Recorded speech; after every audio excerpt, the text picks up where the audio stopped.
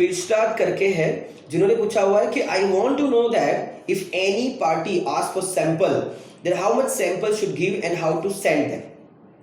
अगर कोई बायर मुझे सैंपल्स के लिए पूछता है तो वो सैंपल्स कितनी क्वांटिटी में होने चाहिए और मुझे उसको किस तरीके से भेजना है। So that is the question from mister पिलस्टार।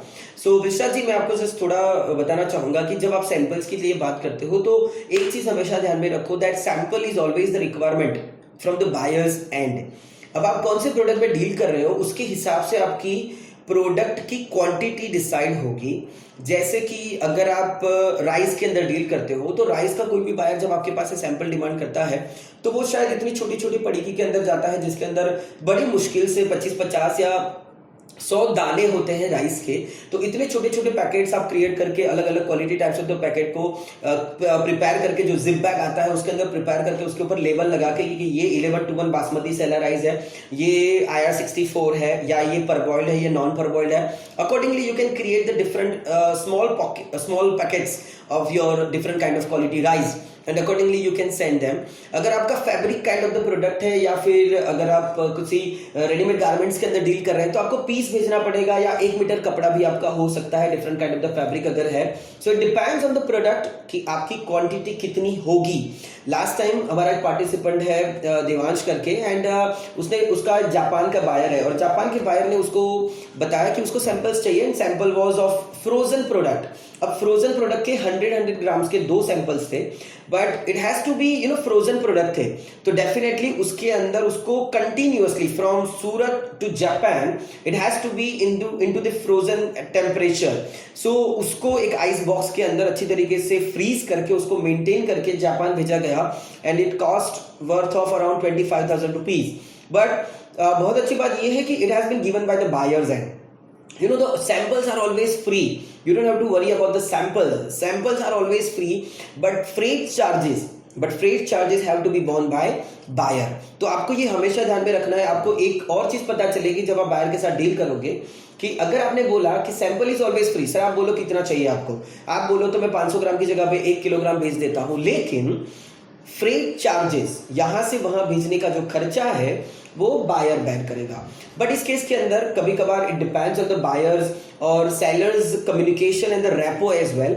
अगर आपको लगता है कि बायर बहुत जेन्युइन है, उसके साथ डील करने से अगर आपको लगता है कि बायर मेरा ये डील पक्का करेगा, he is very much interested in your products quality, quantity, price and everything, तो आप अपने खर्चे के ऊपर भी उसको बेच सकते हो। बट जैसे आजकल हम लोग चाइनीज ट्रेंड्स जो देख रहे हैं, चाइना पूरे वर्ल्ड में बहुत अच्छे तरीके से एक्सपोर्ट कर रहा है, they are the leaders of exports, but still they are not giving free samples even.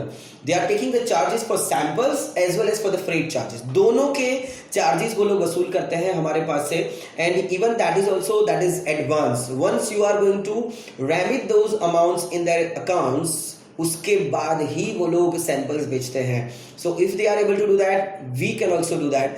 But हम लोगों को एक बायर के साथ एक अच्छा रेपो क्रिएट करना पड़ेगा, उसको बताना पड़ेगा कि सैंपल्स आप बोलो उतना हम लोग बेच सकते हैं, बट आप बताइए कहाँ पे भेजना है, किस तरीके से भेजना है। नॉर्मली किस तरीके से भेजना है तो उसका आंसर मैं ये बता सकता हूँ कि normally this courier companies like FedEx, DHL, TNT, RMX, ऐसी बहुत सारी वर्ल्ड रिनाउंड कंपनीज हैं जो इंटरनेशनली आपके सैंपल्स को बायर्स तक पहुंचा सकती है बहुत safely, securely, as it is in the positions, जो भी आपका कंडीशन रहेगा उसके मुताबिक वो लोग वहां पे पहुंचा सकते हैं। या बहुत सारी ऐसी लोकल कंपनीज भी है इंडिया के अंदर, अलग अलग सिटीज के अंदर आपको मिल जाएगी कि जो आपको अब्रॉड पार्सल भेजने के लिए आपको हेल्प कर सकती है। प्लस यू कैन, अगर आपको टाइम कंस्ट्रेंट्स नहीं है, in that case you can go for Indian post as well. By Indian post also you can send.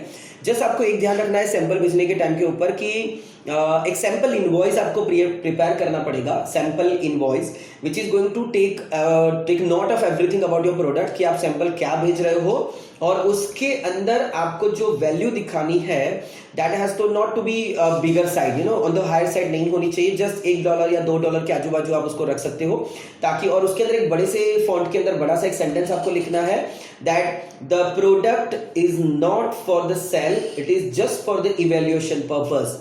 तो ऐसे करके आप अपना सैंपल भेजोगे तो डेफिनेटली वहां पे बायर को कोई दिक्कत नहीं होगी।